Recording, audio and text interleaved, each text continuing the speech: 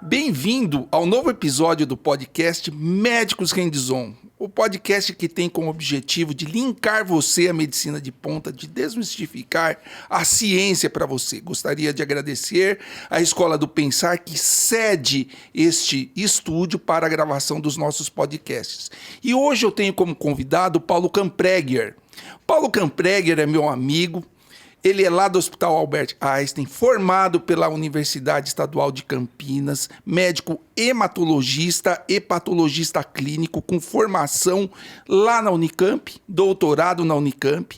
Também fez o pós-doutorado no Fred Hutchinson Cancer Research Center em Seattle, onde foi pesquisador associado, trabalha lá no Hospital Albert Einstein há 12 anos, ele é professor da pós-graduação estrito sensu, coordena o curso de bases da oncologia de precisão e coordena o diagnóstico molecular em oncologia e hematologia da diagnóstico do Hospital Albert Einstein.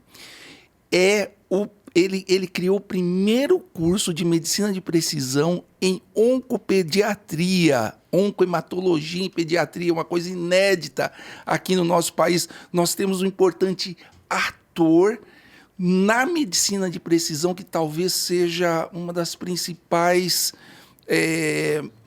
mudanças de paradigma no tratamento de câncer, né, Paulo? Seja bem-vindo. Muito obrigado, Marcelo, pelo convite. É um prazer estar aqui hoje. E é verdade, a medicina de precisão eu diria, uma tendência mundial na medicina nas últimas décadas e que tem norteado todo o desenvolvimento de novas formas de fazer diagnóstico, de novas terapias e tem trazido benefícios enormes para os pacientes. É atrevimento falar em revolução, não? Sem dúvida, sem dúvida. Mudou muita coisa, né? Mudou muita coisa. Dos últimos 10 anos para cá? Eu diria dos últimos 20, né? 20 anos para cá. 20 anos para cá. Ali na década de 90, a gente começou a ter, no final da década de 90, a introdução de terapias direcionadas, né? Quando a gente fala em câncer, né? Oncologia, hematologia, e a gente compara com o que a gente tinha antes disso, né? Que foi basicamente o que aconteceu no século XX, que foi o advento das grandes cirurgias, né? A evolução da cirurgia, a evolução da quimioterapia, a evolução da radioterapia, a evolução da hormonioterapia em câncer de mama e câncer de próstata. No final do século XX, ali na última década, a gente começou a ver outros tipos de tratamentos sendo desenvolvidos, né? As chamadas terapias-alvo. E eu diria que ali começa a medicina de precisão de fato. Então hoje você vai saber o que é medicina de precisão e o que ela trouxe na mudança, uma mudança de paradigma no tratamento dos tumores, dos cânceres. Antes de começar, primeiro você foi diretor de uma importante instituição que criou o diagnóstico, uma plataforma para diagnóstico, para identificação molecular dos tumores, isso? Isso, né? Alguns anos atrás, eu fui diretor médico da Foundation Medicine, que é um laboratório de medicina diagnóstica, que foi um dos pioneiros no desenvolvimento do perfil genético tumoral. Hoje existem muitas outras companhias já fazendo isso no mundo. Eu também já me desliguei da Foundation há algum tempo. Hoje a gente faz esse trabalho dentro do Hospital Albert Einstein, né? Que é desenhar ferramentas que permitam que a gente entenda como é que o tumor aconteceu, quais foram os defeitos genéticos ou no DNA e no RNA que levaram ao desenvolvimento do tumor e o que a gente pode fazer com essa informação. Olha só, hein? Como a gente consegue impactar o tratamento, né? É como se fosse uma nova invenção de um microscópio, né? Acho que é uma boa analogia, né? Há algumas centenas de anos se inventou o microscópio, as lentes de aumento, basicamente, e ali começaram a aparecer os micro-organismos, né? Foi possível visualizar uma bactéria, um protozoário e uns fungos microscópicos. E eu acho que uma boa analogia, o que está acontecendo agora, não é um novo microscópio, são outros métodos, mas a gente está a gente está conseguindo ver muita coisa que a gente não via, né? Ou seja, o estudo genético do tumor, ele é a chave para uma melhora do tratamento. Sem dúvida nenhuma. Sem dúvida nenhuma. Isso já vem sendo mostrado repetidamente, né, nas últimas décadas, e acho que esse é um caminho que a gente vai seguir ainda por muitas décadas. Para a gente entender o que é medicina de precisão, a primeira coisa que eu vou te perguntar, define para o ouvinte o que é câncer, o que é um câncer maligno, o que acontece? Bom, o câncer é uma doença da célula, né? Esse é um ponto importante. Para a definição, ela fica mais relevante se a gente levar em conta que é uma doença celular, onde as células de algum tecido do corpo passam a se proliferar de forma anômala, normalmente excessivamente, e tem a tendência a disseminar, a se espalhar pelo corpo, né? Então, basicamente, o câncer é isso. É um defeito na célula que ela, via de regra, prolifera demais e se espalha. E isso pode prejudicar o funcionamento do organismo e, infelizmente, em muitos casos, levar à morte do paciente. Hoje câncer é a segunda causa de morte no Brasil, né? Primeira, doenças cardíacas, segundo, câncer, e a terceira causa nós abordamos semana passada, que é o traumatismo crânioencefálico, né? Terceira causa de morte no Brasil. Bom, eu queria perguntar para você o seguinte: como a genética ela pode fazer parte da medicina preditiva a fim de você rastrear várias doenças, inclusive o câncer? Qual é o papel do estudo genético? Ótimo. Eu vou definir alguns termos aqui que é importante para a gente conseguir avançar um pouco nessa conversa. Quando a gente fala de genética, basicamente eu estou falando de DNA. O que é o DNA?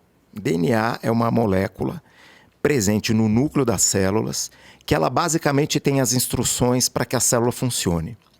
Uma analogia utilizada muitas vezes é a planta de uma casa, né? Não é uma analogia perfeita, porque a planta de uma casa é um elemento totalmente estático e o DNA é um elemento totalmente dinâmico. Muito bem, hoje a gente sabe que o câncer é causado por defeitos no DNA. Então, o que faz com que a célula se comporte da maneira que eu acabei de dizer que ela se comportava são defeitos no DNA. Uma confusão comum quando a gente usa a palavra genética é a questão da herdabilidade, né? Quer dizer, alguém teve um tumor, automaticamente eu vou ter, né? Do pai para o filho, né? Então, é exatamente isso que eu queria definir, né? A gente vai falar de genética aqui para frente nessa conversa, a gente está se referindo a alterações no DNA. Elas podem ser herdadas do pai, né? Então, existem famílias que têm genes que aumentam a chance do indivíduo ter câncer. Qual a porcentagem? 10% dos tumores, via de regra, eles se encaixam em síndromes familiares. Os outros 90% não se encaixam. Então, os outros 90% dos tumores são causados por alterações genéticas, ou seja, no DNA, porém elas são adquiridas no decorrer da vida. Hoje a gente sabe que todos os tecidos do corpo, praticamente, quando as células estão se reproduzindo, elas acumulam erros no DNA. Erros que a gente pode dizer que são randômicos. Não são totalmente randômicos, mas eles ocorrem no genoma inteiro, em todo o DNA, nos 23 cromossomos. Quando esses erros acontecem em alguns tipos de genes que regulam uns mecanismos importantes das células, eles podem levar ao câncer, né? A gente tem hoje documentação bem clara de mutações no DNA pré-cancerígenas em praticamente todos os tecidos do corpo, né? Quer dizer, todo mundo... O processo do passar do tempo e do envelhecimento leva ao acúmulo de mutações nos tecidos. Isso foi muito bem documentado nos últimos 5 anos, que é o que os cientistas fizeram. Em primeiro lugar, a gente já tem muito bem mapeado as principais alterações genéticas que causam câncer. Então, passou-se a procurar essas alterações em tecidos não cancerígenos, né? Tecidos normais. Então, por exemplo, tira o sangue das pessoas. Eu inclusive, tenho uma linha de pesquisa com isso. Você tira o sangue de indivíduos sem câncer sanguíneo e você procura mutações associadas ao desenvolvimento de neoplasias hematológicas, ou seja, câncer sanguíneo. E a gente acha, numa porcentagem relativamente grande dos indivíduos, depende da idade, né? Então, quando a gente fala dessa busca de mutações pré-leucêmicas, digamos assim, em indivíduos normais, quando a gente estuda indivíduos de 60 anos, 10% dos indivíduos já têm alguma mutação que tem um potencial leucemogênico. Quando a gente pega indivíduos de 80 anos, 30% dos indivíduos já têm mutações leucemogênicas. O que acontece? A grande maioria dos indivíduos que têm essas mutações não vão desenvolver o câncer. Boa notícia, né? É uma ótima notícia, porque para desenvolver o câncer você precisa do acúmulo de alguns defeitos genéticos. Digamos, o cara tem a mutação, mas não necessariamente ele vai ter o câncer. Porque uma andorinha não faz verão. Uma mutação não dá câncer. Via de regra, a gente precisa de umas 3, 4 mutações para você ter o câncer desenvolvido. 3 ou 4 defeitos específicos. Então o indivíduo tem o tecido funciona normalmente. Você pega um indivíduo desse, você faz um hemograma, contagem de glóbulo branco, de glóbulo vermelho de plaqueta, normal. Você pesquisa lá, ele já tem uma mutação. Às vezes ele adquire uma segunda mutação, dependendo do gene que a mutação aconteceu, hemograma ainda é normal. Outros, esse clone mutado, ou seja, essas células que têm a mutação, já começam a crescer um pouco mais, você já começa a ver alguma anemia, alguma queda de plaqueta. Ou seja, opa! Aí, quando você tem um fenótipo, né? O que é um fenótipo? É uma manifestação clínica. Aí merece um estudo mais avançado. Aí isso passa a ser uma condição, muitas vezes chamada de mielodisplasia, enfim. Mas ainda não é um câncer totalmente estabelecido, né? E isso que está muito claro no sangue foi demonstrado em útero, foi demonstrado em pele, foi demonstrado na via respiratória, laringe, traqueia, pulmão. Ou seja, a gente está envelhecendo, a gente está acumulando mutações, né? Deixa eu só te fazer uma pergunta. Essas mutações, elas podem ser espontâneas ao longo da vida e elas podem se acelerar dependendo da exposição a algum fator de risco. Perfeito. Qual é o papel da espontaneidade e qual é o papel do fator de risco? Perfeito. Então a gente tem carcinógenos conhecidos, muitos, né? Exemplos, os mais importantes, eu diria, em termos de prevalência. Tabaco, cigarro, e né? o sol. E o sol. Né? O sol e o tabaco, pela sua prevalência, são os fatores, são os carcinogênios mais difundidos aí. Do sol é difícil escapar totalmente do sol, né? O sol é o melanoma, tá, gente? É o principal ator da mutação do sol, é o melanoma. Melanoma e outros tumores de pele, como o baso celular, o espino celular, etc. Então, o que acontece quando a gente tem um carcinógeno muito potente, como são esses, né? No tabaco, tem diversos tipos de câncer associados ao tabagismo, como pulmão, como boca, como bexiga e outros. Mas quando a gente estuda o DNA desse tipo de tumor, a gente enxerga a cicatriz deixada pelo carcinógeno. Cada carcinógeno tem um mecanismo para causar a mutação, né? Causa um tipo de mutação específico.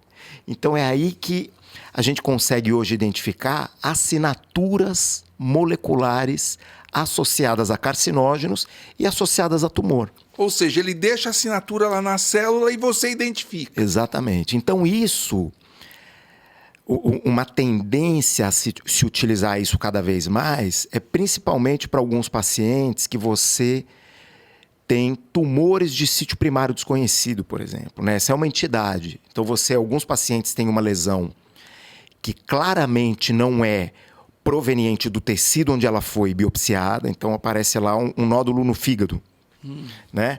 E a pessoa vai e faz uma biópsia daquele nódulo e aquilo claramente não é um tecido hepático, não é um tumor de fígado. Ou seja, aquilo é uma metástase. Mas você procura o corpo inteiro e a metástase não aparece, né? 5% mais ou menos dos tumores, eles são Acontece isso, né? Vem de algum lugar e você não identifica. E esse tipo de análise, isso não acontece em todos os casos, mas tem auxiliado nesse tipo de tumor. Então você procura uma assinatura mutacional. Se você acha, por exemplo, uma assinatura mutacional associada à irradiação ultravioleta do Sol, alta chance daquilo ser de pele ou de olho, ou seja, tecidos expostos ao Sol. Sugere que aquele tumor veio de um tecido exposto ao Sol. Então a gente tem caminhado no entendimento de toda essa arquitetura molecular do tumor para ajudar os pacientes nos tratamentos. Pergunta. Estudando a característica genética de um indivíduo, porque a função, assim, tratar o tumor é um passo, mas todo mundo quer se prevenir, né? Aliás, faz parte da medicina dos 5Ps. Você pode lembrar pra gente o que é medicina dos 5Ps? Perfeito. A medicina dos 5Ps é um resumo, né, de uma tendência muito associada à medicina de precisão de como deve ser a medicina do presente e do futuro, né? Então, ela tem um foco na prevenção. Prevenção é o quê? Vida boa, qualidade de vida boa. Durma bem, coma comidas saudáveis, faça atividade física, tente ser feliz, no sentido de não ter muito estresse e cultivar relações, né? Ou seja, tem uma vida boa. O que é uma vida boa? A gente aprendeu, é isso. Desculpa, só um parênteses. O Paulo é o quarto que fala em limpeza do sono aqui, tá? Covid falaram do sono, menopausa falaram do sono, tumores cerebrais falaram do sono, da regularidade, da importância da regularidade do sono. Ou seja, é muito importante você ter um sono regular, faz parte do primeiro P da medicina dos 5Ps. Passa lá. Sem dúvida. Então, tem uma vida boa, né? Meditação é uma prática que se mostra importante na redução de estresse, né? E ter um peso adequado, né, para sua altura. Então, isso é prevenção, né? Dá para resumir em ter uma vida boa, o máximo possível. Predição é o quê? Que é o segundo P, é a gente conseguir enxergar a doença muito antes dela se desenvolver. E isso não serve só para o câncer, né? Não. Isso é geral, né? 5P, medicina do 5P é geral. Geral. Não é do câncer, ela é aplicada em qualquer área da medicina. Então, é você conseguir prever os fatores de risco, né? Então, você consegue prever muito tempo antes da doença se instalar quais são os indivíduos com maior risco daquilo acontecer e você consegue intervir para prevenir que essa doença aconteça. Diabetes, colesterol, hipertensão, doença ateromatosa, né? Câncer, entre outros. Não fumar seria uma prevenção, né? Você não fumar e consumo de álcool pequeno, etc. e tal. Então, a predição é identificar a doença bastante antes dela acontecer. O terceiro P é o P de precisão, né? Que é justamente conhecer a doença a fundo o suficiente para você conseguir agir no defeito que aquela doença apresenta, né? E um grande exemplo na oncologia é quando a gente compara a quimioterapia, né? E aqui eu tenho até uma história interessante para contar. Fala. Sobre esse ponto de medicina de precisão, né? Logo que eu acabei a residência, lá em Campinas, e eu vim para São Paulo e eu comecei a trabalhar como hematologista clínico, eu me lembro de uma das primeiras pacientes que eu tive, que ela tinha um diagnóstico de uma leucemia mieloide crônica. A leucemia mieloide crônica, eu diria que é o exemplo mais bem sucedido da medicina de precisão.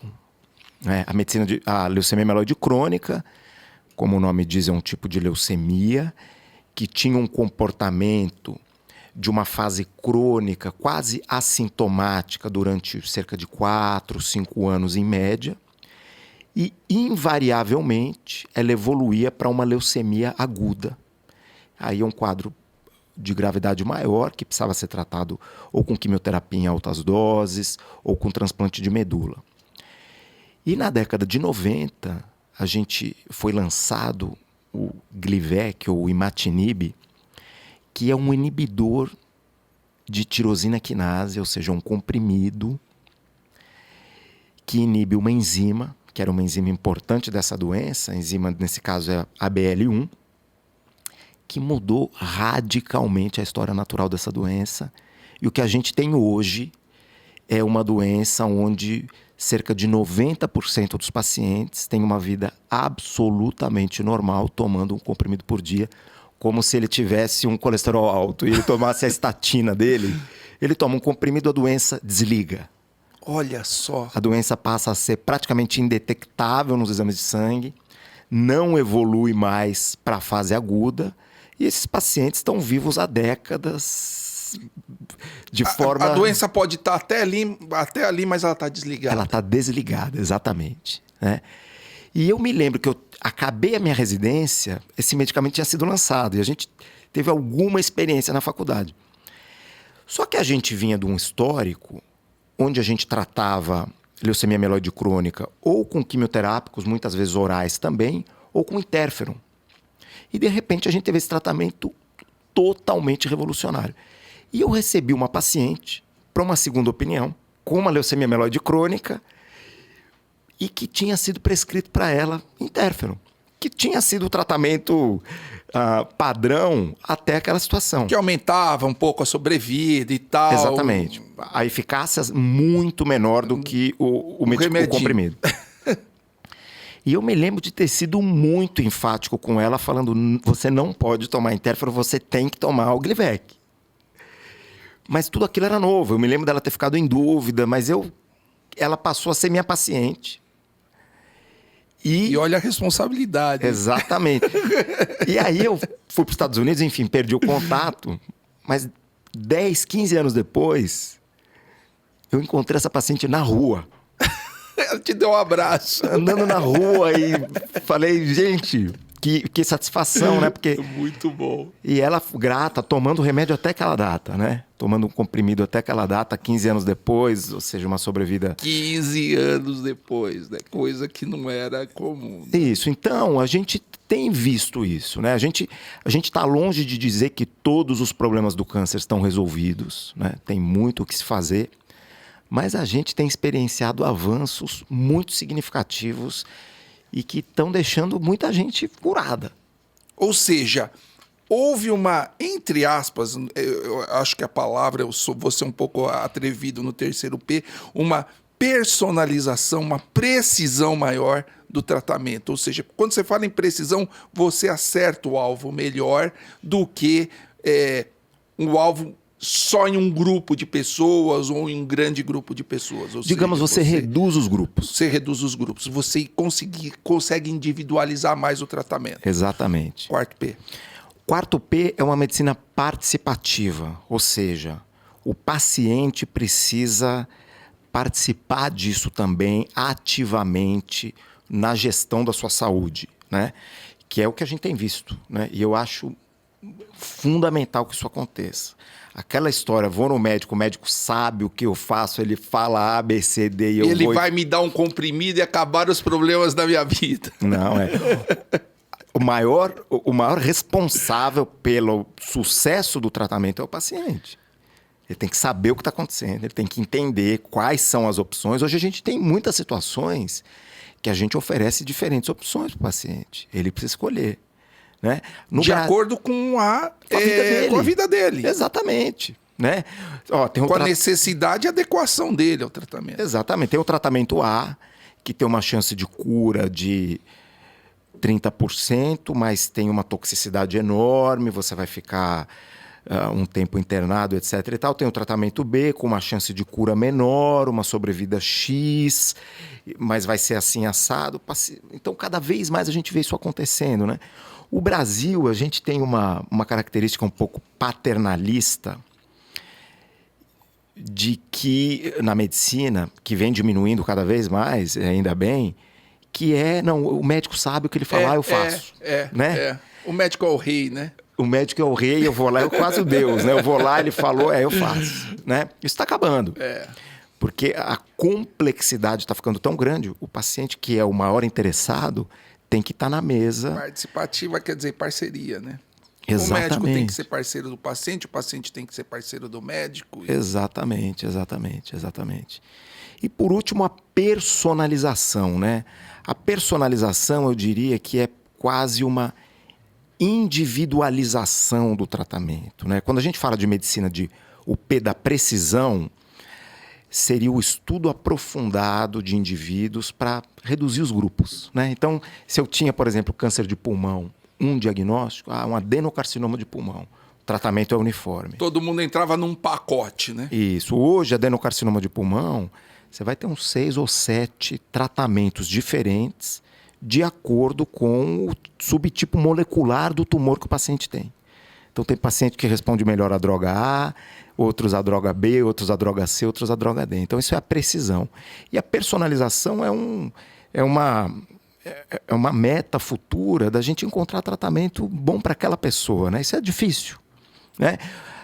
Se a gente olhar um pouco para trás, a gente tem algumas iniciativas que foram feitas nas últimas décadas e algumas em andamento que são, por exemplo, pegar o tumor do indivíduo e criar uma vacina com aquele tipo de tumor.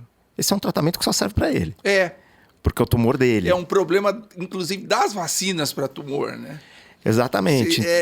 Para o cara, né? Por causa da característica da célula dele. Essas iniciativas não tiveram muito sucesso, né? Então não teve grande sucesso.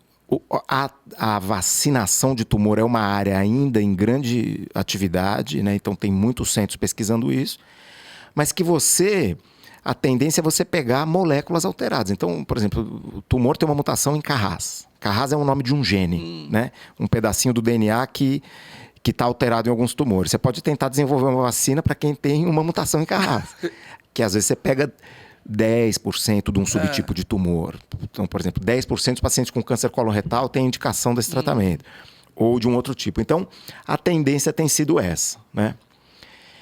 E aí, é assim que a gente caminha. Vamos recordar os 5 P's aqui para o preventivo, preditivo, precisão, participatória e personalizada. É isso aí, é medicina do futuro. Agora, eu vou te fazer a seguinte pergunta. Estudando geneticamente um paciente, será que, não sei se para o presente, o quanto isso está no presente ou vai ser para o futuro, eu consigo prever a ocorrência de algum tumor? Não os familiares, tá? Porque você falou o seguinte, 10% são familiares, 90% ao acaso, onde as mutações vão ocorrendo ao longo do tempo, né? Perfeito. Eu vou falar de dois assuntos com essa sua pergunta. Quando a gente fala de tumores familiares, a gente está pensando, via de regra, em alterações genéticas de alta penetrância. O que isso significa? Significa que se aquele defeito no DNA está presente no indivíduo, ele tem uma alta chance de desenvolver algum tipo de tumor. Alta chance, a gente está falando 60%, 70%, 80% dos indivíduos com essa mutação vão ter algum tipo de tumor. Pode dar um exemplo? Câncer de mama, o BRCA. Com mutação em BRCA1, BRCA2, PALB2, tem outros genes. Tem alguns tipos de leucemia com mutação em RUNX, CBP-alfa. Tem alguns tipos de câncer de próstata, né? O próprio BRCA1 e 2. Alguns tipos de câncer de intestino, com mutações em genes de reparo, que é a síndrome de Lynch. Tem diversas síndromes bem descritas. Agora, a gente tem uma outra característica que são alterações genéticas de baixa penetrância. O que significa isso? Isso está dando origem aos scores de risco. São alterações no DNA que aumentam a sua chance de ter um tumor em 2%, 3%, 4%, muito baixo, 0,5%, né? Então elas não são, o impacto delas não é alto o suficiente para você tomar uma conduta clínica com aquele paciente de, por exemplo, tirar a mama. Entendi. Né? Você fala, essa mulher tem uma chance 1% maior de ter um tipo de tumor, eu não vou indicar uma mastectomia profilática.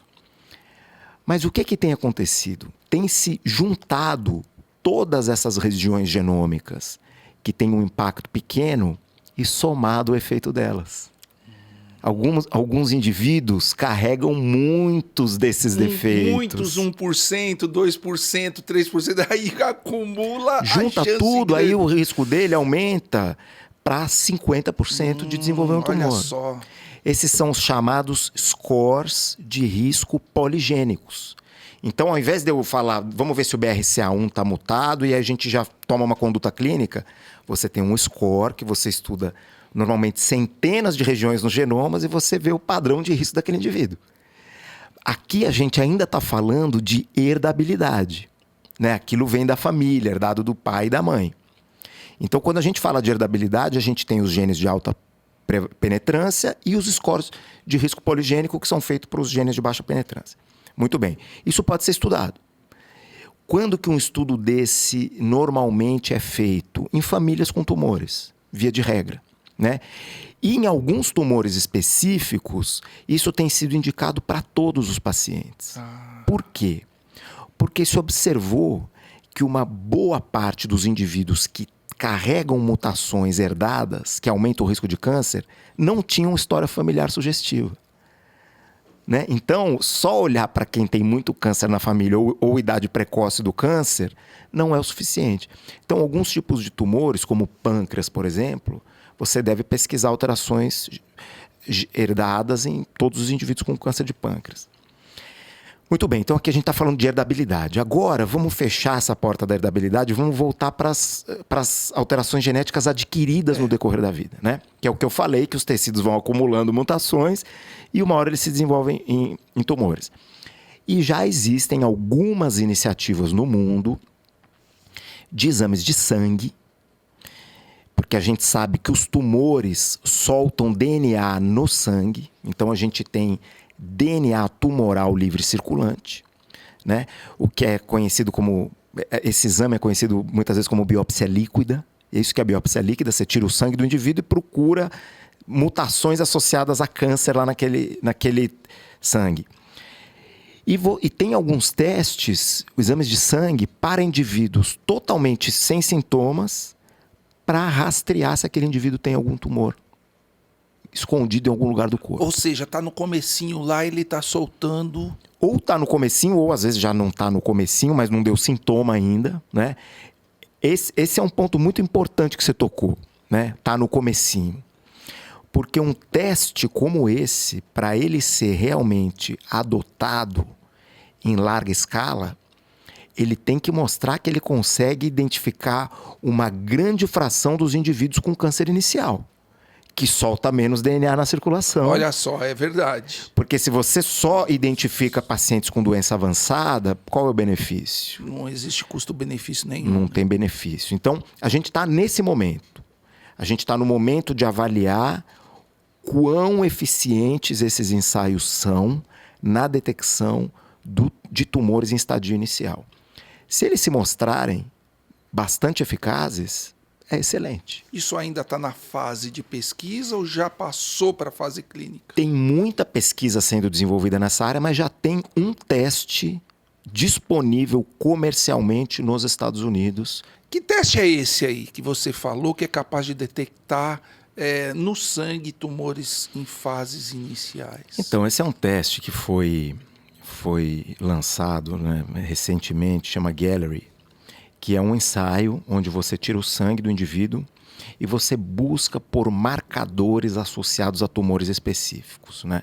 Esse teste, ele estuda o que a gente chama de epigenética, ou seja, ele estuda padrões de metilação do DNA associados a alguns tipos de tumores diversos. Então, ele é um teste único que estuda algumas dezenas de tipos tumorais. Ele faz o screening, né?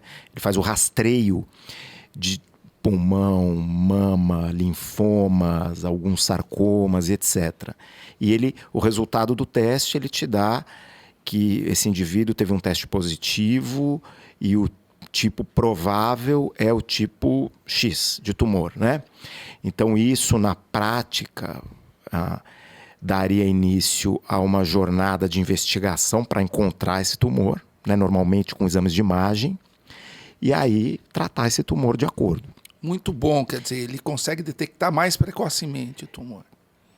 Estamos em vias de ter certeza se esse é o caso. E ele é sensível, né? Quer dizer... Ele é sensível. Porque a gente tem alguns marcadores tumorais. Ah, doutor, eu quero fazer um rastreio. Que eles não... Eles são até sensíveis, mas eles são um pouco específicos, os marcadores atuais, né? Dosados. Isso, esses marcadores sanguíneos, né? Os marcadores tumorais clássicos, sorológicos, CA129, etc. Eles não devem ser usados para rastreio, né? Eles devem ser usados para monitoramento de doença. Quer dizer, o cara tem... Porque alguns tentam rastrear, mas... Não, isso traz muito problema. Às vezes você pega uns pacientes com níveis um pouco elevados, pode ser por outras causas, né? Tem até uma síndrome que chama Síndrome de Ulisses, né? Que faz menção à Odisseia de Ulisses, né? Que ele viajou por 10 anos para voltar para Ítaca e com muitas dificuldades. Existe esse nome, né, na medicina, que é a Síndrome de Ulisses, que é o quê? Você faz um exame com baixa especificidade, mas que assusta o médico ou o paciente. Aquilo dá início a uma jornada exame de imagem, aí acha um nódulo... que muita gente tem nódulos em diversas partes do corpo em exames de imagem. Você vai lá, pega o nódulo, o paciente sangra, vai internado. Então, a gente tem que ter muito cuidado com isso, né? Eu diria que esse teste, ele ainda está na fase de mostrar o seu real benefício e onde ele vai se enquadrar na prática médica, né? É um teste inovador. A gente tem muitas vozes bastante favoráveis à utilização dele, outras vozes não favoráveis, porque falta mostrar isso. Falta mostrar que, submetendo um número grande de pessoas com esse teste, você identificou tumores mais precoce, você curou mais gente, você reduziu a sobrevida. Que dá muito trabalho mostrar isso também, né? Eu preciso dizer isso. Você aumentou a sobrevida. Isso. Você reduziu a mortalidade, né? Você aumentou a sobrevida. Então, isso é novo ainda, né? Longe de eu estar indicando esse tipo de teste aqui, né? Eu estou trazendo o que tem acontecido nessa área, né? Vamos falar um pouquinho de rastreio, né? Os rastreios clássicos, mamografia, Papa Nicolau, pesquisa de sangue oculto nas fezes para tumor de cólon, etc. O que você acha dos atuais métodos de rastreio? Eles estão funcionando? Eles estão aumentando a sobrevida dos pacientes? Qual que é a tua opinião? Eles funcionam. Eu acho que a gente deve fazer.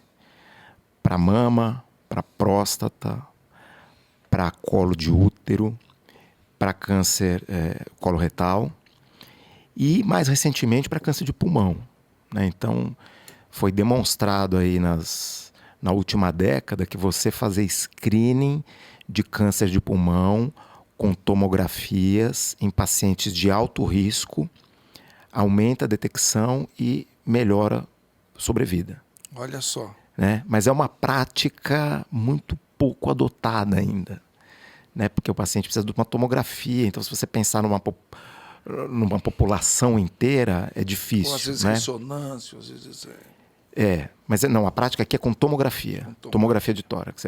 Então, eu diria... Você está falando pulmão, né? Pulmão, exatamente. Né? Então, tem que fazer. Tireoide ainda é muito controverso, né? A tireoide é um problema ainda, né? Porque tem muito nódulo de tireoide, né? Tem muito nódulo de tireoide. A histologia nem sempre é muito clara, diferenciando um nódulo maligno de um nódulo benigno, né? Existem alguns testes moleculares com boa eficácia em prever se um nódulo tireoidiano é maligno ou não, né? Então, essa é uma aplicação importante, né? Então, também nas últimas décadas se desenvolveram alguns testes que, para quando a biópsia, normalmente é uma biópsia por agulha, né? Então, faz um ultrassom, encontra lá um nódulo, funciona, o patologista olha. Nos quadros onde a análise da citologia não é muito clara, tem testes moleculares que estudam o DNA desse material e dizem se é um DNA de nódulo benigno ou um DNA de câncer. Olha só. E com boa eficácia. Isso melhora. Melhora a sensibilidade, a especificidade para um tumor maligno de tireoide. Melhora. Melhora. Então, isso tem sido cada vez mais utilizado, né, para saber se você indica a cirurgia ou se observa. Nós falamos, olha, é um perfil benigno, a histologia é duvidosa, acho que a gente pode observar ver se cresce, se não cresce, né? E com isso você evita muitas cirurgias. Pele. Você falou do sol. Tem rastreio para câncer de pele? Tem rastreio com um dermatologista, né? Você vai no dermatologista, ele mapeia todas as lesões do seu corpo, os dermatologistas especializados e até dermatologistas básicos, e ele traça um mapa seu e guarda aquilo. Você volta um ano, ele vai comparar como é que você evoluiu, se tem alguma pinta que cresceu mais, que cresceu menos, e aí indicar uma biópsia, ou seja o que for. Aliás, isso é importante, tem que tirar a roupa no dermatologista, né? Sem dúvida, tem que olhar o corpo inteiro. Olhar o corpo todo, ver todas as lesões suspeitas, para aquelas lesões serem identificadas, biopsiadas, se necessário. E, infelizmente, alguns colegas não fazem isso. Eu acho que os pacientes deveriam pedir isso. Né? Pedir. Porque... é o rastreio, né? É o rastreio. E muitas vezes a pessoa vai no dermatologista para alguma coisa pontual. Né? Então, apareceu aqui um rachezinho, tô com uma mancha aqui, uma coceira, vai no dermatologista. Eu tô com uma ruga aqui. Eu vou fazer um botox, né? Uma coisa dessa. Pede para ele tirar a tua roupa. Isso, pede para ele fazer, exatamente. Pede para ele avaliar o seu corpo inteiro e ver se você tem alguma lesão suspeita, né? E tem hoje técnicas que o dermatologista avalia algumas lesões com lente de aumento, né? Dermatoscopia, se eu não me engano o nome. E ele vai ver aspectos quase submicroscópicos, digamos assim, né? Ou submicroscópicos não, quase microscópicos, né? Ele não é o equivalente a olhar uma lâmina, mas ele vai ver com muito mais detalhes.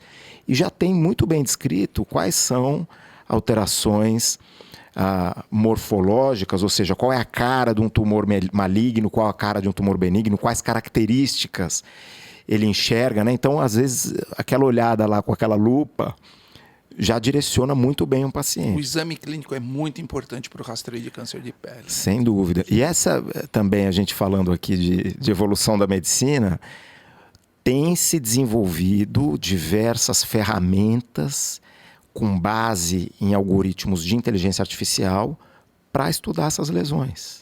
Olha só. Né? Então, isso já tem alguns anos, né? Que você tira fotos das lesões e dá para o computador olhar se aquilo tem cara de maligno, de benigno. Que coisa, hein? Com graus assim de sucesso bastante promissores. Né? Esse também é um assunto controverso, eu vou deixar para os dermatologistas ou dermato-oncologistas falarem mais a respeito. Mas isso existe, né? E eu acho que as máquinas vão cada vez mais ajudar a gente no dia a dia. Bom, tá bom. Falamos nas características genéticas, falamos no rastreio. Eu queria que você, antes de a gente entrar em medicina de precisão, que é um dos objetivos desse podcast aqui, você falasse um pouquinho da história clássica do tratamento dos tumores. Vamos falar de químio, vamos falar de rádio, vamos falar a respeito da químio, para onde é que ela atira, como ela trata os tumores. Eu acho isso muito interessante para o ouvinte entender onde é que isso está mudando no tratamento dos tumores. Perfeito. Então, se a gente pensar na história do tratamento do câncer, né, a gente tem a cirurgia sendo bastante aprimorada no século passado. Tem até aquele livro O Século dos Cirurgiões, né? Sim. Que os anestesistas permitiram que a prática cirúrgica se expandisse tanto, né? Quando você põe um paciente para dormir sem sentir dor, os cirurgiões puderam desenvolver as maravilhas que eles são capazes de fazer hoje. Então, a cirurgia ainda é um pilar fundamental no tratamento do câncer, né? Para grande parte deles, não para todos. Há cerca de 100 anos, o desenvolvimento de armas químicas levou ao surgimento da quimioterapia. 100 anos. Aproximadamente 100 anos, né? Tem alguns trabalhos bem bonitos, alguns pacientes que foram submetidos foram intoxicados com gás mostarda na guerra, apresentaram uma queda muito importante na contagem de glóbulos brancos. e isso passou um tempo, ele se recuperou. Então isso deu origem a uma pesquisa farmacológica que levou ao desenvolvimento dos agentes alquilantes, né, que são quimioterápicos usados em diversos tipos de tumores. E aí a gente teve outras evoluções. Uma outra evolução importante foi a poliquimioterapia, né? Entender que junção de diferentes quimioterápicos são mais eficazes em alguns tipos de tumor do que quimioterápicos isolados. A gente também teve o desenvolvimento da radioterapia, que é muito importante em diversos tipos de tumor. Hormonioterapia, né? Então entender que câncer de próstata, alguns cânceres de mama, câncer de próstata precisam de hormônios para crescer, então você bloquear essa via com medicamentos anti-hormonais também foi um benefício gigantesco. E a gente chega aí na década de 70, 80, 90 com uma outra proposta, que é: vamos estudar profundamente a biologia dos tumores, entender os defeitos moleculares que levam à geração desse tumor e vamos tentar fazer remédio que atua nesses defeitos. Então você vai falar o seguinte: quais os benefícios e quais os problemas da quimioterapia que levaram vocês a fazer o estudo molecular? A quimioterapia, ela tem bastante efeito colateral, né? Muito, né?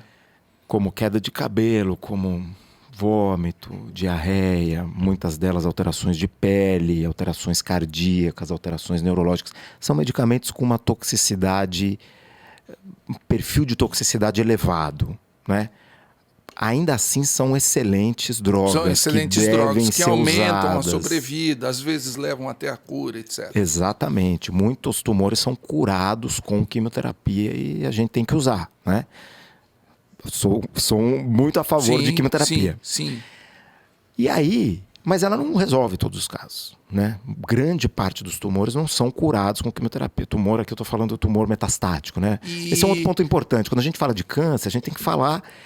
Tem câncer estádio 1, bem pequenininho ali no tecido, operou, tirou, está curado. Acabou. Estádio 2, cresceu um pouco mais, ainda está no tecido. A maioria dos casos tirou, curou. Estádio 3 começou a invadir normalmente linfonodos. Estádio 4 se espalhou para outros órgãos, né? Então, a gente fala de câncer estádio 1 e 2, taxa de cura altíssima, via de regra.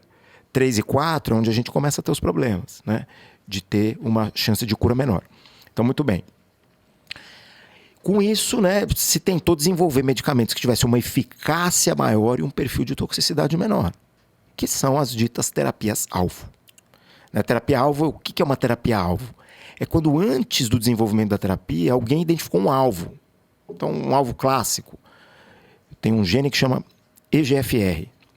EGFR é um gene que tem uma expressão muito aumentada em vários tumores quando você compara com o tecido normal.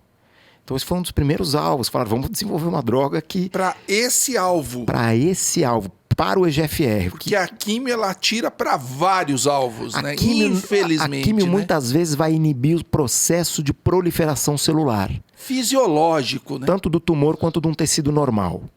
Né? Então, ela atua, por isso que cai cabelo. Não, e por isso... E isso deprime muito o paciente, né? É. Eu vi até uma batalha...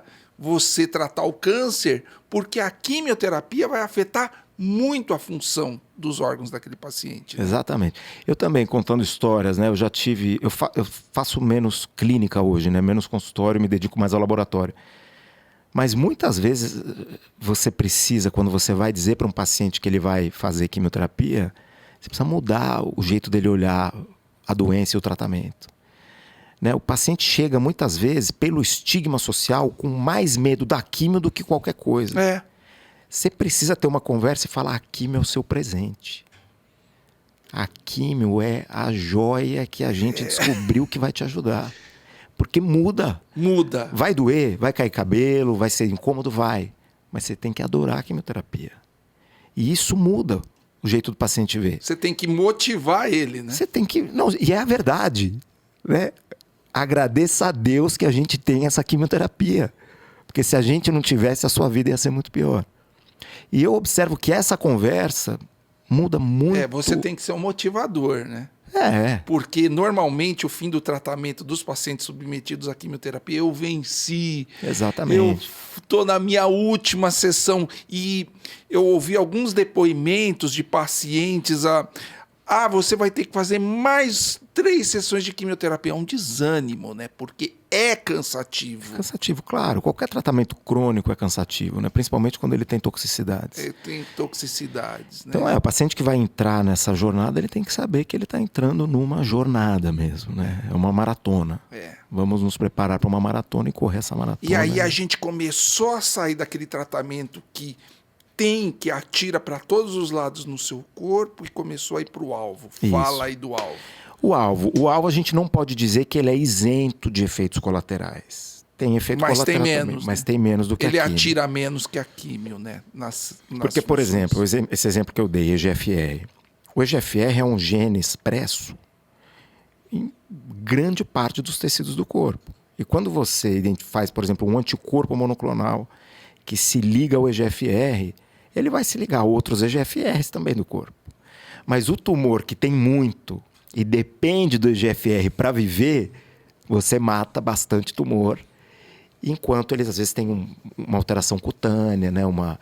Como se fosse uma dermatite, um racho cutâneo, que vai trazer um problema de pele tolerável. Às vezes, terapia-alvo tem efeito adverso mais sério? Tem, né? Então, essa ideia de que terapia-alvo não tem efeito adverso não é verdade. Ela tem menos efeito adverso, mas ela tem. E quando possível, quando presente, normalmente o perfil eficácia-toxicidade é muito melhor da terapia-alvo do que da quimioterapia. Do que a quimioterapia. Então foram grandes avanços. Aquela história que eu contei da paciente que tomou um comprimido, aquilo é uma terapia-alvo, né? Década de 60, nessa doença, se mostrou que tinha um cromossomo anômalo nesse tipo de tumor. Foi uma das primeiras, talvez a primeira associação entre um tipo tumoral e um defeito molecular, né? Cromossomo. Eles tinham um cromossomo pequenininho que ficou chamado de cromossomo Filadélfia. Depois se mostrou que esse cromossomo era fruto de uma translocação, um cromossomo grudando no outro. Depois outros cientistas descobriram que pedacinho de um cromossomo grudava em qual pedacinho do outro cromossomo. O gene ABL estava lá, uma enzima. Depois outros cientistas desenvolveram um medicamento que inibe a função dessa enzima. Quer dizer... Ou seja, esses avanços são frutos de décadas de pesquisas de milhares de indivíduos. Isso é outro ponto importante das pessoas conhecerem, né? Essa é uma empreitada da humanidade. E a comunidade científica tem uma característica muito positiva, que os achados são publicados. Exatamente. Ninguém é dono ninguém inventou o fogo e ficou dono do fogo. Exatamente, né? Cada um desses pequenos passos... Tijolinhos. Né? Tijolinhos, exatamente. É uma construção, um tijolinho de cada vez o cientista coloca. Isso permite que uma vida seja salva, ou milhares de vidas sejam salvas lá na frente. Ciência é maravilhosa. A estrutura da ciência hoje, por exemplo, você vai na PubMed, você é capaz de achar, desde o início da pesquisa, os tijolinhos, até entender por que o vetor é positivo para uma certa droga, o vetor é negativo para outra droga, por que você derruba dogmas, por que você constrói novo conhecimento. Ciência, tijolinho, são as pessoas mostrando o que elas encontraram no laboratório, isso é muito, ou na clínica, isso é muito importante. Né? Sem dúvida.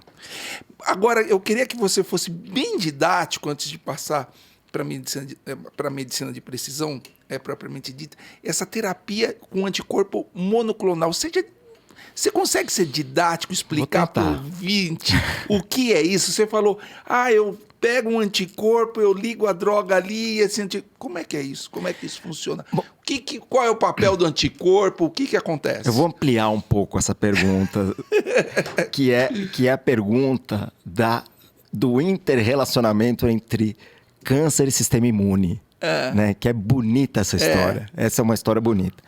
A primeira pergunta que os cientistas se fazem há muito tempo é se o sistema imune, que lembrando é aquela parte do nosso corpo que evoluiu para reconhecer bactérias, fungos, protozoários, vai lá e come a bactéria, come o vírus, e que permite com que a gente não tenha infecção, ou que a gente tenha, mas resolva com eficácia, né?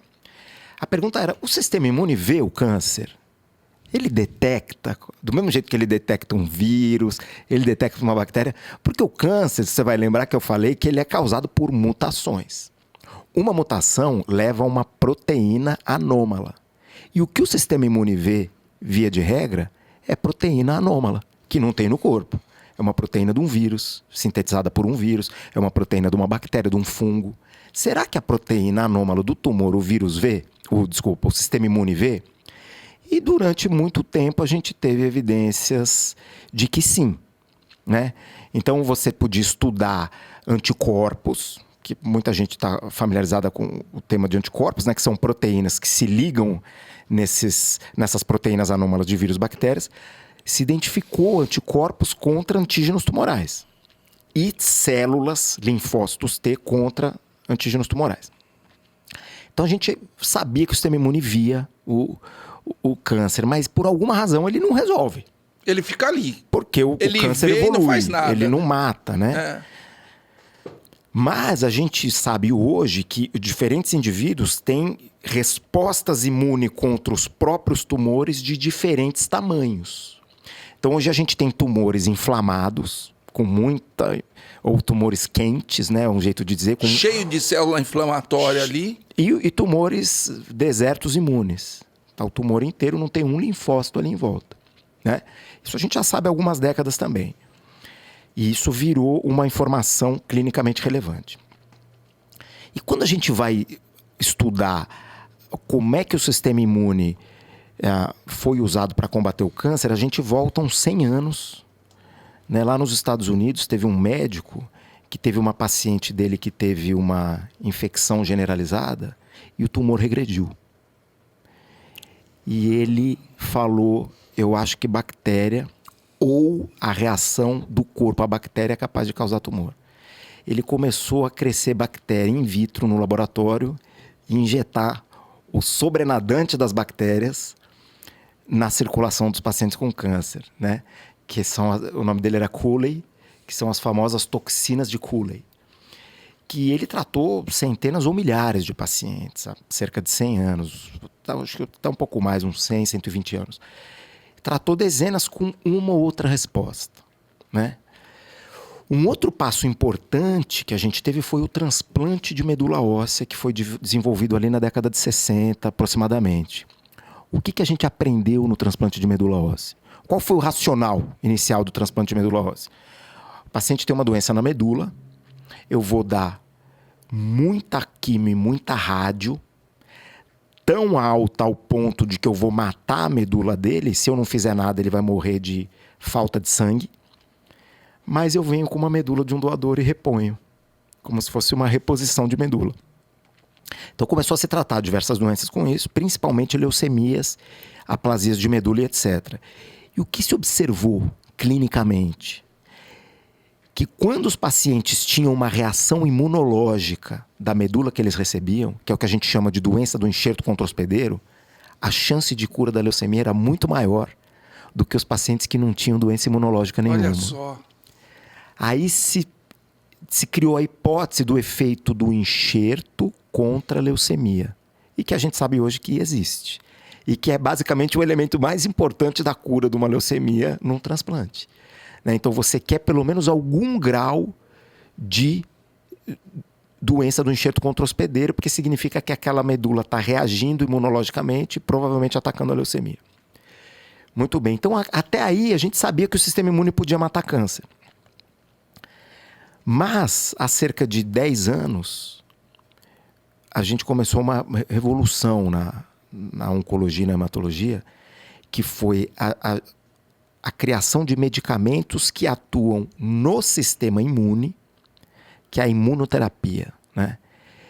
Para desbloquear o sistema imune que já está lá reconhecendo o tumor, para ele poder atacar o tumor. Ou seja, aquele tumor que você viu um monte de célula inflamatória, mas ela está ali sem fazer ela está inibida. Nada. Alguns cientistas... Fala aí, continua. Alguns cientistas identificaram moléculas que inibem o funcionamento desse linfócito. Olha o linfócito foi lá, viu a proteína normal do tumor, criou uma resposta imune. Quando ele chega para matar o tumor tem mecanismos que desligam os linfócitos. Olha só. E aí uns cientistas descobriram isso e desenharam anticorpos que bloqueiam essas moléculas. Então, quando o linfócito... Que inibem as células inflamatórias. Não, ele inibe a maneira pela qual o tumor inibe o sistema imune. Exatamente. Então, você destrava o sistema imune. E aí o sistema imune vai lá e faz o trabalho. Qual tumor? Melanoma. Melanoma. Pulmão. Clássico. Não, a gente precisa dizer que as indicações dos tipos tumorais onde a imunoterapia tem benefício, tem mais de 10, 20 hoje. Você falou melanoma, pulmão... Bexiga, alguns tipos de linfoma, gastroesofágico, colo retal, diversos tipos tumorais. Então eu vou te falar uma coisa.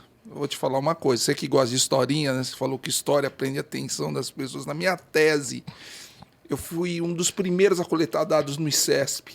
E eu lembro que meu mestrado foi ultrassonografia para cirurgia de metástases cerebrais. Coletei de 2008 a 2012, 78 pacientes, e eu aprendi uma coisa, que o ultrassom era muito bom e que paciente com metástase cerebral de melanoma era um condenado que vivia no máximo 1 ano. Aí eu dei a aula da tese, eu lembro que o Dr. Marcos Maldão estava lá, ele olhou, peraí, 1 ano de sobrevivência, isso aí está mudando, e eu perdi o timing da mudança. E realmente parece que a imunoterapia mudou a história do melanoma, né? Mudou, sem dúvida. O Marcos, inclusive meu amigo, mandar um abraço para ele se ele assistir isso aqui. Sem dúvida, né? Então a gente tem muitos casos de pacientes com metástase cerebral que após a imunoterapia você tem redução do tumor. Importante dizer que a imunoterapia não cura todo mundo. Sim. A gente está num contexto de medicina de precisão aqui. Então a gente está aprendendo a identificar quais pacientes com quais tipos de tumor se beneficiam mais de quimioterapia. Desculpa, imunoterapia, né?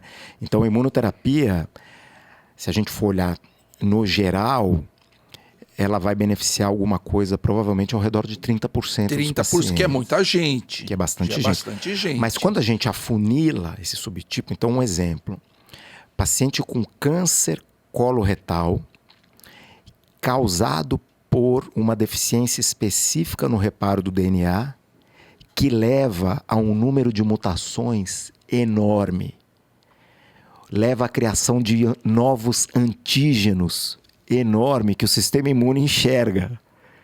Esses pacientes têm um benefício espetacular com a imunoterapia. São tumores muito imunogênicos, são tumores inflamados, cheios de tecido linfóide. Esses pacientes... benefício é 70%, 80% dos pacientes. É muita coisa. Então você vai aprendendo através do diagnóstico molecular a dizer, olha, esse paciente tem um perfil que vai se beneficiar dessa droga, esse tem um perfil que vai se beneficiar dessa e assim por diante. Bom, então quimioterapia era um pacotão, pegava todo mundo, aí você começou a individualizar através do estudo do tumor. Eu posso dizer que você começou a falar que isso é uma assinatura genética do tumor?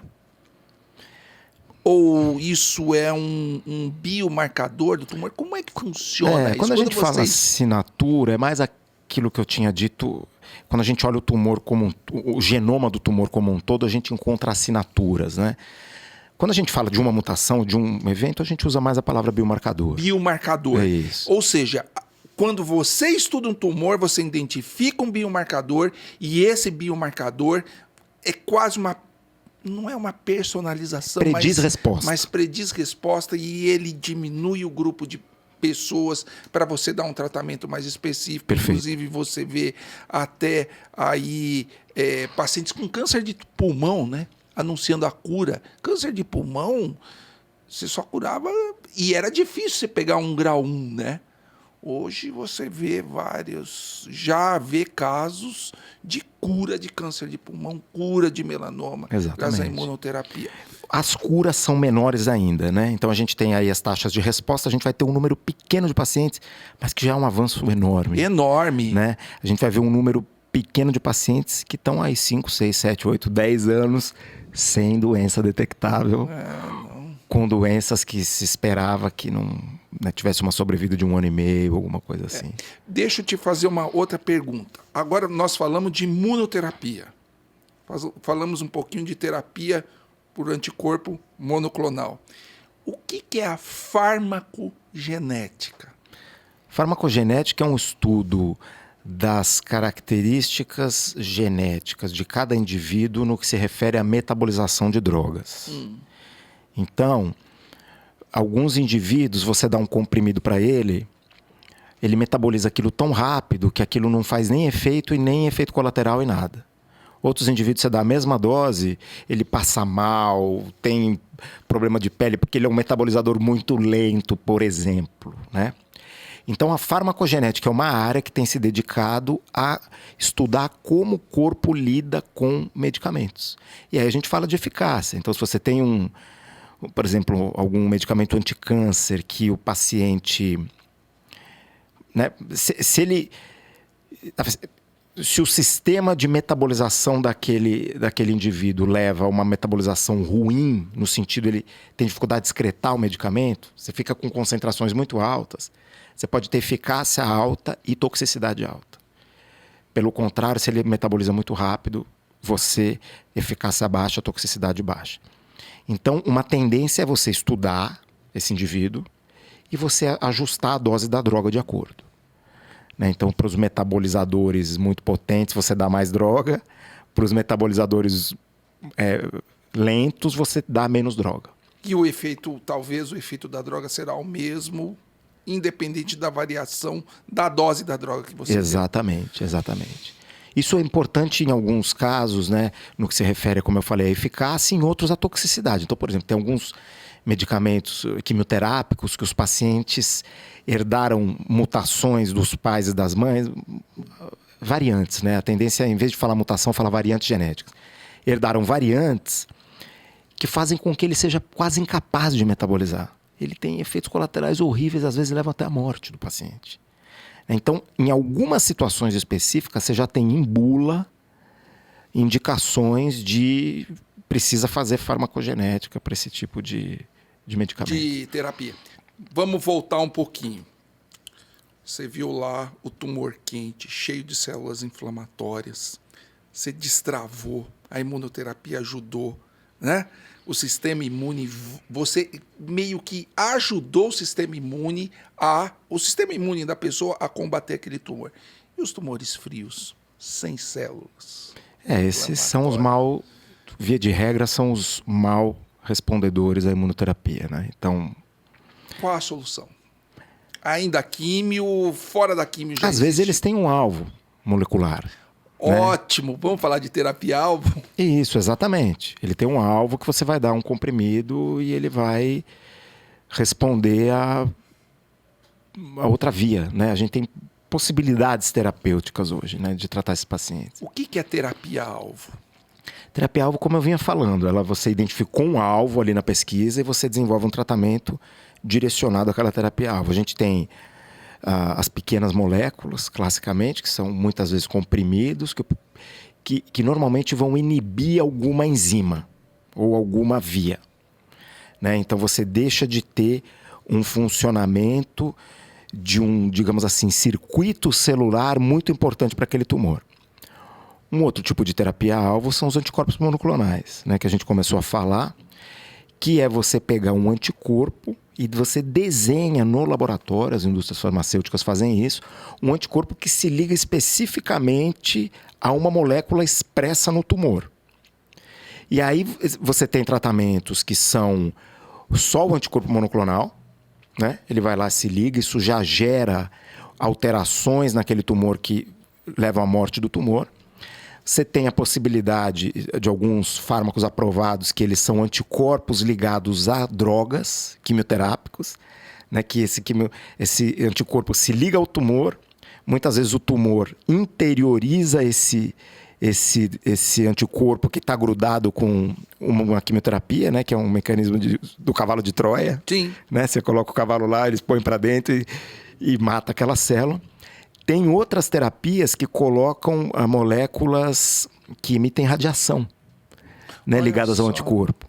E aí você coloca e isso também leva à morte das células. E mais recentemente, teve o desenvolvimento de novas terapias. Isso não é tão novo, né, o conceito, mas as aprovações são mais recentes, que são chamados anticorpos biespecíficos, né? É bonita essa biologia. Conta aí pra gente. Um anticorpo é uma molécula nova que é como se fosse dois anticorpos grudados. Um se liga no tumor, o outro se liga a um linfócito T, para você botar o linfócito T pertinho do tumor para ele matar o tumor. Você acredita?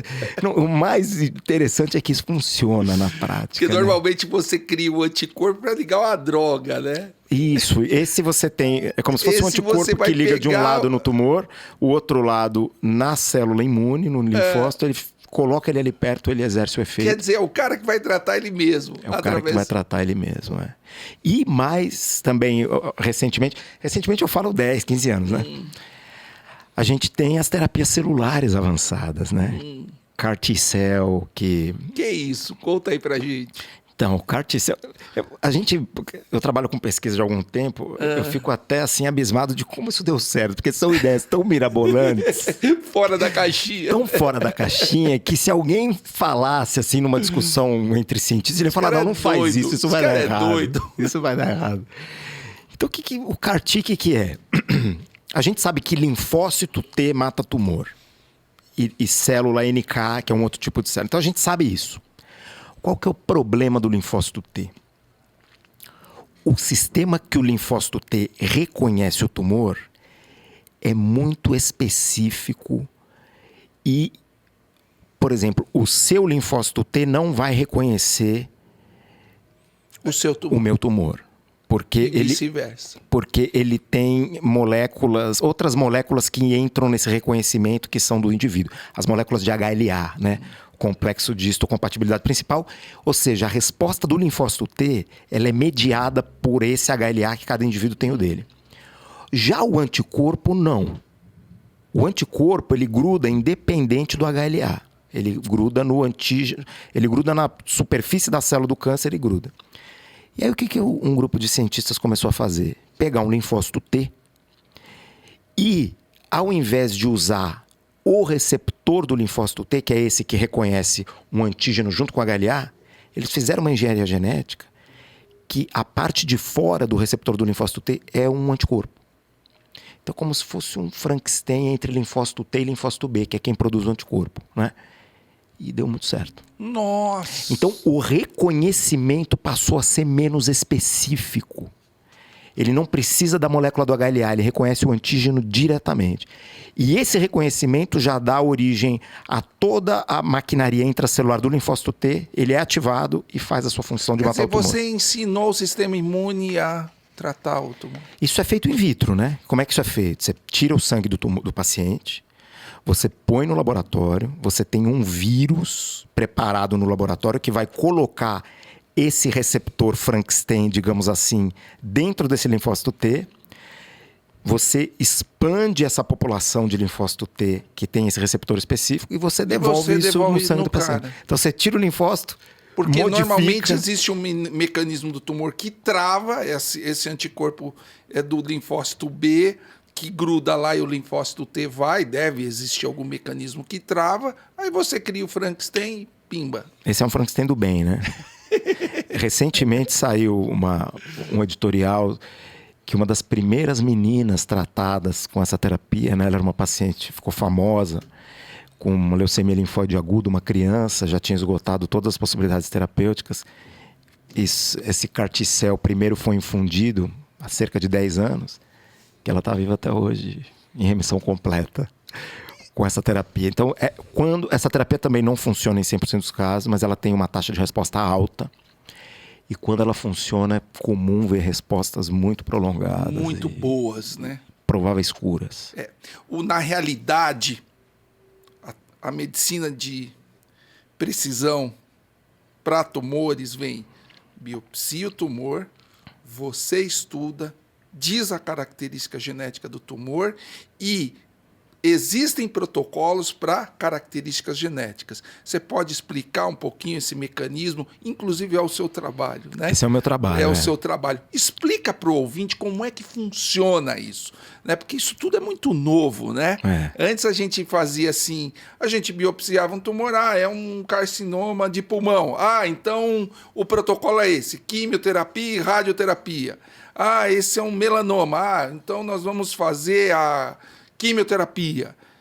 E mudou. Explica aí. Essa fase inicial continua e é fundamental, né? Então você faz a biópsia do tumor. Você identifica o tumor. Você tem a análise histopatológica, você vai classificar o tumor de acordo com a histologia, em adenocarcinoma, carcinoma escamoso, sarcoma, etc. E a gente tem essa etapa, que é exatamente o meu trabalho, que você pega esse bloco de parafina, ou no caso de tumores hematológicos, muitas vezes é o sangue do paciente fresco, ou uma medula óssea. A gente extrai DNA e RNA desses tumores e a gente faz um sequenciamento genético de dezenas ou centenas de genes que a gente sabe que estão mutados nesses tipos de tumor. De um paciente. De um paciente, Então, a amostra de um paciente, a gente faz um painel genético, né? Que a gente chama de painel somático. Somático porque ele não está estudando... O meu objetivo não é ver as características herdadas. A gente muitas vezes vê, mas o meu objetivo é ver as características, as mutações que foram adquiridas. Ali, exatamente. Que foram adquiridas e levaram ao tumor. E aí a gente classifica aquele tumor do ponto de vista molecular. E aí a gente obtém alguns tipos de informação. Então, muitas vezes a gente consegue contribuir com o diagnóstico, né? Quando a gente fala diagnóstico, é dar um nome específico para aquela doença. Então, algumas alterações moleculares são definidoras de diagnóstico, né? Um exemplo, leucemia mieloide crônica, que eu comentei aqui, né? Então, você tem uma suspeita de leucemia mieloide crônica, você tem que procurar um rearranjo BCR-ABL. Achou, é leucemia mieloide crônica. Não achou, é outra coisa. Vamos investigar melhor. Muitas vezes ele te dá informação prognóstica. Esse é um tipo de câncer muito agressivo que tem uma expectativa de vida baixa. Ou esse é um tipo de câncer indolente.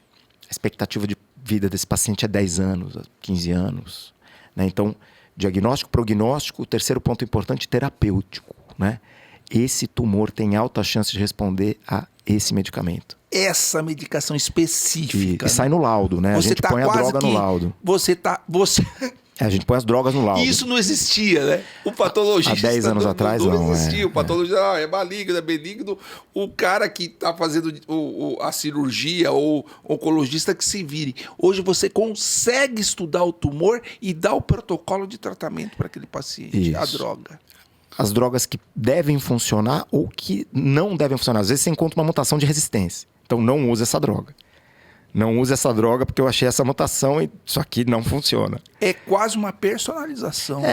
Quase. Não dá para dizer que é personalização porque vai funcionar para um grupo de pacientes, para um grupo de tumores, mas é muito mais específico do que uma quimioterapia, por exemplo. Muito mais específico, sem dúvida, muito mais específico. E a gente tem medicamentos com diferentes níveis de evidência, né? Então, você tem, por exemplo, o maior nível de evidência quando o medicamento está na bula. Ou seja, a mutação naquele gene está na bula do remédio. Então, eu achei um câncer de pulmão com mutação em EGFR. Você precisa dar um inibidor de EGFR. Nível de evidência 1. Está na bula. Quer dizer... Maior nível de evidência possível. Nível de evidência possível. Tem medicamentos que não estão na bula, mas você já tem alguns trabalhos científicos bem feitos que mostraram resposta a determinada droga para aquela mutação naquele tumor. A gente também especifica isso no laudo. Outros medicamentos têm um nível de evidência menor, né? Algum relato de caso, 3, 4 pacientes tratados. Seria uma tentativa, né? Uma alternativa. Exatamente. E por último, o nível de evidência mais baixo é um nível de evidência pré-clínico, ou seja, você não tem evidência de um paciente com aquela mutação tendo sido tratado, mas você tem um estudo com camundongo, por exemplo, né? E aí a gente coloca essa informação e o oncologista ou o hematologista é que vão decidir o que é que eles vão fazer, etc. Mas isso tem sido a norma, né? Para diversos tipos tumorais, hoje, você precisa dessa análise genética para você saber de frente de que doença você está. Se aquilo é uma doença muito agressiva, né? Por exemplo, uma doença mielofibrose primária, uma doença hematológica. De acordo com o perfil molecular, você estratifica pacientes com expectativa de vida de poucos anos e outros de 10 anos, de acordo com as mutações. Então, alguns pacientes, você vai pegar o resultado do perfil genético e vai falar, volta daqui a 1 ano. Olha só. Né? Se você tiver algum problema, você me liga, você vê, mas tá tudo bem, a biópsia é compatível. Então, o que a gente está aprendendo, na verdade, é conhecer os tumores. A gente está conhecendo quem eles são, exatamente. Né? O indivíduo tumor, não o tumor. O câncer de pulmão é o indivíduo tumor. Isso. A gente está conhecendo as vias de geração de tumor. Então, câncer de pulmão vai ter lá uns 10 caminhos de geração de tumor possíveis. E a gente conhece, cada um tem um comportamento diferente, resposta a droga diferente. Né? Então, é uma área muito fascinante. Você é o especialista que dá a identidade do tumor. Isso, a gente faz isso. E a gente está caminhando para quê? Né? Para ter painéis maiores.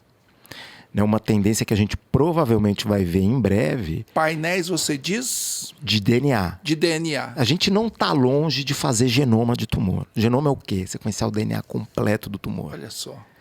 E aí eu vou ter realmente uma planta ali daquele tumor.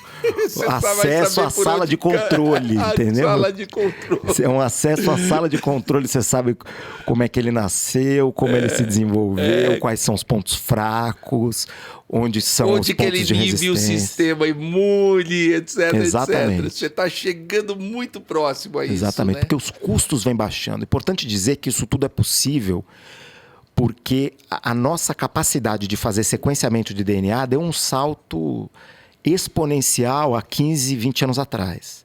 Né? A tecnologia, então cientistas, engenheiros envolvidos na tecnologia criaram máquinas que sequenciam DNA de forma milhões de vezes mais eficaz do que a gente fazia até então.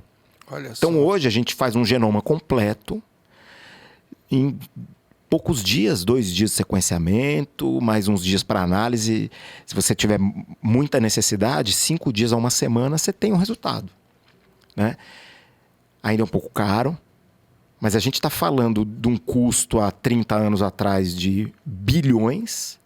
Hoje, um pouco caro, a gente está chegando em $1.000. Olha só, poxa vida, hein? Né? Dependendo do seu volume, a gente tem promessas chegando de um genoma a $100 em breve. Então isso vai baratear, vai ficar fácil fazer. Vai ficar acessível, né? Vai ficar acessível para todo mundo. Vamos amarrar a terapia de precisão? A gente já falou da sua especialidade, você é o detector e o cara que vai individualizar o tumor. A gente falou em imunoterapia, a gente falou em anticorpo monoclonal, a gente falou em terapia-alvo com drogas. É isso? Mais Acho alguma coisa? Para o ouvinte saber. Claro. Quais as novidades. Bom, na tua opinião, só para a gente já está falando aqui há quase 1h30, tá? Passou rápido. Quais foram os tumores mais impactados com a terapia de precisão? Para a gente dar uma ideia clínica para o paciente. Pulmão, sem dúvida. Pulmão é um exemplo muito importante. Se beneficiou tanto de terapias-alvo quanto de imunoterapia. Câncer de mama. Mama. Tem as subtipos, né? Hoje ainda é possível fazer muita coisa em câncer de mama com análise morfológica ainda, patológica, né? Os grandes subtipos, receptor hormonal positivo, negativo, triplo negativo, etc. Mas diferenciam muito bem o tratamento. Toda a questão molecular e genética beneficiou muito o paciente com câncer de mama. Câncer de ovário. Ovário, né? Tem uma incidência grande de tumores que têm alterações em genes de reparo de DNA, que você também consegue usar terapias que são mais eficazes nesse grupo de células, pâncreas e próstata também. Olha, pâncreas, porque a mortalidade do tumor de pâncreas é bem alta. Quando ele está já avançado, a mortalidade é alta. E no mundo das... Melanoma, imunoterapia, sem dúvida, muito importante. a gente tem visto um progresso na utilização de terapias-alvo em tumor do sistema nervoso central. Olha só. Né? O diagnóstico de tumor do sistema nervoso central migrou assim fortemente para a genética. Então hoje o número de entidades que você é capaz de diferenciar depende muito da análise molecular para você subtipar os tumores e prever a evolução clínica, né? E a gente começa a ver também terapias-alvo. Tem um outro ponto interessante de terapia-alvo, que são, você perguntou de tipos tumorais, que são terapias-alvo tumor agnóstica. O que é isso? Algumas drogas estão indicadas para defeitos moleculares, independente do tumor onde ele aparece. Então pode ser um câncer de cólon, pode ser um câncer de mama, pode ser um câncer de pulmão, um sarcoma. Se ele tiver a mutação X, você usa essa droga com taxas de resposta altíssimas. Não importa o tipo de tumor. Isso, esse é como se fosse um grande avanço da medicina de precisão, né? Puxa vida, hein? Ou seja, você aprendeu tanto da biologia molecular que você desenvolveu um tratamento que funciona independente do tipo tumoral onde ele acontece, desde que ele tenha aquele alvo. Se o alvo está lá, você usa a droga, né? Então a gente teve algumas aprovações já tecido agnóstica, né? Você usa a droga independente do tecido onde ele apareceu. E continuando, né, os tumores que beneficiaram na hematologia, leucemias, né, leucemia linfóide aguda com carticel, linfomas, carticel, anticorpos bispecíficos, mieloma múltiplo, assim, avançamos milhas e milhas nas últimas... O mieloma múltiplo que eu via na minha faculdade, que eu fiz lá na década de 90, é outra doença quando a gente compara com o mieloma múltiplo de hoje, porque diversas terapias-alvo, diferentes biologias foram aprovadas com eficácia, aumentou muito a sobrevida desses pacientes, então está virando uma doença crônica, né? Essa é uma outra questão. E o cara vai morrer de outra coisa, exatamente. Não do mieloma. Você tem o paradigma de cura e você tem o paradigma de controle. Sim. Que é a leucemia mieloide crônica, que a gente vê alguns pacientes com leucemia linfóide crônica. O paciente fica vivo 10, 15, 20 anos com a doença. Alguns tipos de linfoma folicular, linfomas indolentes, né? Outros linfomas mais agressivos também, anticorpos monoclonais. Então, a gente vê benefício em um grande número de doenças. Bom, quase no final, eu queria que você falasse um pouquinho para a gente. Tivemos as vacinas da Covid, que na realidade elas foram herdadas das pesquisas de vacinas que eram testadas em tumor, né? Que é a vacina, principalmente Pfizer mRNA. Como é que está essa história de vacina para tumor? Quais as dificuldades e quais os benefícios, na sua opinião, que elas poderiam trazer no tratamento? Eu acho vacina muito promissor, né? A gente tem um histórico relativamente grande aí de tentativas sem muito sucesso, mas a impressão que dá é que está faltando achar ali uma chavezinha. O principal problema do sucesso não é que ela não funcione, tá? A vacina para a Covid é muito boa, ela herdou das pesquisas oncológicas, ao contrário do que muita gente fala, que não se sabe a origem da vacina. Não, ela já vinha sendo desenvolvida. O problema é a individualização, né? Então, tem várias abordagens. Uma é você fazer uma vacina específica para aquele tumor, outra é você fazer vacinas específicas para moléculas comumente alteradas em tumores, né? E aí você não precisa individualizar tanto. Mas você acaba procurando a mutação, tem a mutação, você pode usar a vacina. Ah, olha só. Né? Porque você tem uma vacina que vai fazer uma resposta imune contra aquilo. E a gente observou no mundo da terapia celular muitas décadas também parecido com isso que a gente está vendo na vacina. Até que o carticel aconteceu e deu certo. Né? Mas o carticel vem de um histórico de décadas de terapias adotivas. Esse tempo que eu passei em Seattle, fazendo meu pós-doutorado, eu estava justamente num laboratório de imunologia de tumor. Então, o que é que se fazia lá? Fazia uma coisa parecida com o carticel. Eles pegavam... O paciente fazia transplante de medula, ele colhia o sangue do doador, separava linfócitos do doador e estimulava linfócitos com antígenos presentes na leucemia do paciente. Expandia essas células, congelava. O paciente recaía, ele infundia essa célula. E a gente viu respostas, mas eram de curta duração. Porque aí você entra em outras questões, como, por exemplo, permanência do clone do linfócito no sangue. Se ele ficar uma semana e morrer, ele mata o tumor aquela semana, mas ele morreu. Então ele tem que ter uma resposta de memória. Ele tem que ficar monitorando, né? A persistência do clone é um fator importante de sucesso. E tudo isso são décadas, né? Para você fazer um experimento desse, você leva 3 anos, você faz o experimento, você descobre uma coisa nova, fala, precisamos resolver isso aqui. Aí você gera outro projeto. Né? Então, na vacina, eu acho que a gente está nessa fase. E a vacina é um bom mecanismo para a memória, né? Sem dúvida. A vacina, eu tenho muita convicção que vai ser um adjuvante importante aí, talvez na combinação com outros imunoterápicos, né? Você tem imunoterápicos junto com vacina, estimula o sistema imune da vacina. Você tem diversas tentativas como essa. Para fazer o booster, etc. Bom, vamos para a reta final aqui.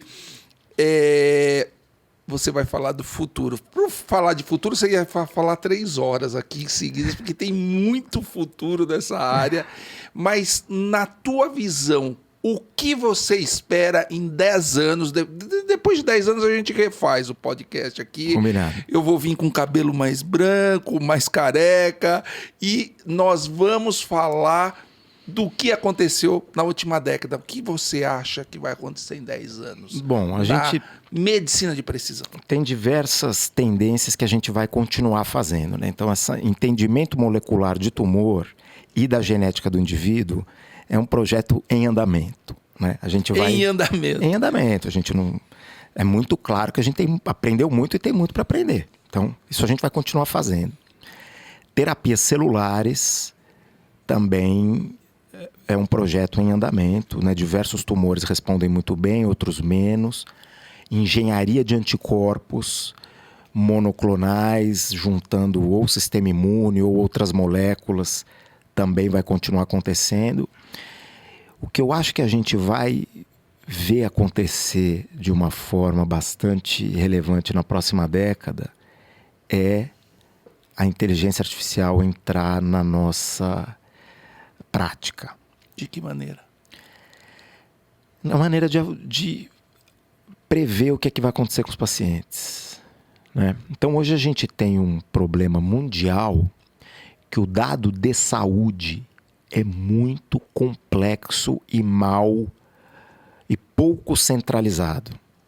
Então, dado de saúde seu, teoricamente, é desde o que você come, quanto tempo você dorme, até o exame que você fez há tantos anos no laboratório A, há X anos no laboratório B, há outros anos no laboratório C, até aquela cirurgia que você fez no hospital D, aquela vez que você ficou internado porque você teve uma infecção no hospital F. Ou seja, integração. A informação de saúde é muito pouco centralizada. Existem iniciativas no mundo de tentar colocar isso junto. Mas a partir do momento que você tem a informação de saúde de um grande número de pessoas e num grande nível de detalhamento, isso é um prato cheio para algoritmos de aprendizado de máquina começar a prever o que é que vai, como é que cada indivíduo vai adoecer. Se você põe a informação molecular aí no meio, o céu é o limite, né? A gente teve essa semana a notícia de que um algoritmo de inteligência artificial passou na prova USMLE americana, né? A prova para você virar médico nos Estados Unidos. Um algoritmo de inteligência artificial passou na prova. Ou seja, tirou uma nota maior do que a nota de corte para você ser aprovado. Então, realmente a gente está vendo milagres acontecerem, né? Que nada mais é assim. Inteligência artificial, o que é? É ver padrão. A inteligência artificial vê padrão. Ele que pode não individualizar, ver. Mas ele vê padrões. Para a gente prestar atenção nos padrões. Né? E a gente tem dezenas de trabalhos. Então, a gente tem trabalhos publicados de você pega... Imagem é muito utilizado para inteligência artificial, né? Então, tanto imagem de medicina de imagem como ressonância, tomografia, ultrassom, não sei se tem, mas ressonância tomografia tem bastante, fotos de lesões e blocos e lâminas de anatomopatologia, né? Então faz a biópsia e vê o bloco. Tem alguns algoritmos de inteligência artificial que, pelo bloco da biópsia, ele prevê a mutação que vai ter, sem fazer sequenciamento de DNA com uma acurácia alta. Né? Porque você treinou aquilo. Então você pegou, digamos, 1000 casos com 5 tipos de mutação e você falou, tá aqui essa lâmina, etc e tal, esse paciente tem essa, esse paciente tem essa. Você treinou ele. Depois você pega um outro grupo de pacientes que ele nunca viu, você joga as lâminas, ele fala, esse aqui tem essa mutação, esse aqui tem aquela. Taxa de acerto 80% a 90%. Então ele vê padrões onde a gente não é capaz de ver. O ser humano é uma máquina de ver padrões, se a gente parar para pensar. A gente é uma máquina de ver padrão e julgar o tempo todo. Como é que a gente experiencia a realidade? Filosofando um pouco aqui, né? Resumidamente, isso é bom para mim, isso é ruim para mim. Aqui eu vou, aqui eu não vou, né? Pode ser um objeto, pode ser uma pessoa, pode ser um lugar que é perigoso, aqui é bom, vou por aqui, vou por ali. A gente é treinado, o cérebro humano, em reconhecer padrão. Mais do que reconhecer objetos de forma neutra, você julga tudo. Isso aqui é um padrão positivo, negativo, positivo, negativo. A máquina, que foi criada por cérebros humanos, ela faz isso de uma forma mais eficiente, porque ela enxerga muitos padrões que a gente não é capaz de ver. E vê características que a gente não enxerga. Então, o que eu acho que a gente vai ver é a entrada da inteligência artificial, tanto ajudando na parte clínica, quanto na parte laboratorial. Né? Ou seja, alimentando a inteligência artificial com dado genético, alimentando a inteligência artificial com dado de imagem, e ela vai te ajudar. Então, não vi nada nessa tomografia. Não, mas aqui a máquina falou que é um padrão que pode ter alguma coisa. Opa, então você para aqui que eu vou ver melhor. Chama um colega. A máquina falou pra gente prestar atenção nessa aqui, porque ele tá vendo alguma coisa que a gente não viu. Esses 80 que a gente viu e achou que não tinha nada, ela concordou com a gente. Mas esse aqui, vamos olhar com mais cuidado. A máquina vai ser um assistente. A gente tem que ter medo da máquina. Não, porque você você precisa ter alguém para responsabilizar. Não é? Você tem que ter alguém. Não, isso aqui, quem é o responsável por isso aqui? A máquina? Não dá para julgar a máquina, né? Então a máquina vai ser um assistente. É assim que eu enxergo. Qual é o desafio para isso acontecer? Dado. Ter o dado centralizado, pronto para a máquina conseguir ler. Ou seja, integrar os dados de um paciente, não importa onde ele foi. Né? Esse é o desafio. Prever infecção. Né? Então, tem máquina capaz de avaliar algumas características dos pacientes para saber... Teve uma publicação em leucemia linfóide crônica, né? Que treinaram um algoritmo que foi capaz de identificar subgrupos de pacientes com alto risco de ter infecção durante a quimioterapia. Olha só. Né? Então você já pode... Ou você já presta atenção nesse paciente. Ou você, eventualmente, é claro que você precisa passar por etapas de validação de pesquisa, clínica, etc. Mas pode ser que essa população se beneficie de uma antibiótico terapia profilática. Né? Esse nível de... E aí o céu é o limite. A gente tem muito lugar para a máquina entrar. Então eu enxergo que está chegando a hora disso acontecer. Muito bom, Paulo. Muito obrigado pela sua presença, pela transmissão de conhecimento, principalmente para o nosso público.